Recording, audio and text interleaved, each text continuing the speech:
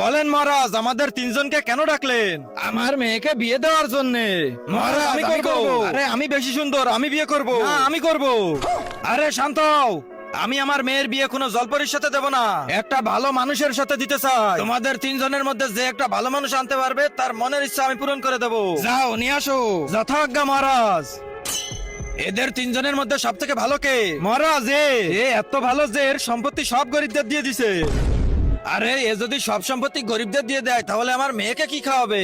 যাও সরো এটাকে নিয়ে। চলে আয় ভাই। এবার এই দুজনের মধ্যে ভালো কে? এ মহারাজ এই এত ভালো যে 14 বার জেলে গেছে। 14 বার জেলে গেছে? তাহলে ভালো কি করে হলো? আরে মহারাজ দোষ অন্য কেউ করে আর ওর জায়গায় এ জেল খাটে। বাহ কি ভালো মানুষ, এ আমার মেয়ের বদলে জেল কেটে দিতে পারবে। হ্যাঁ মহারাজ, হ্যাঁ মহারাজ। যা ভাগ একে নিয়ে। চল শালা।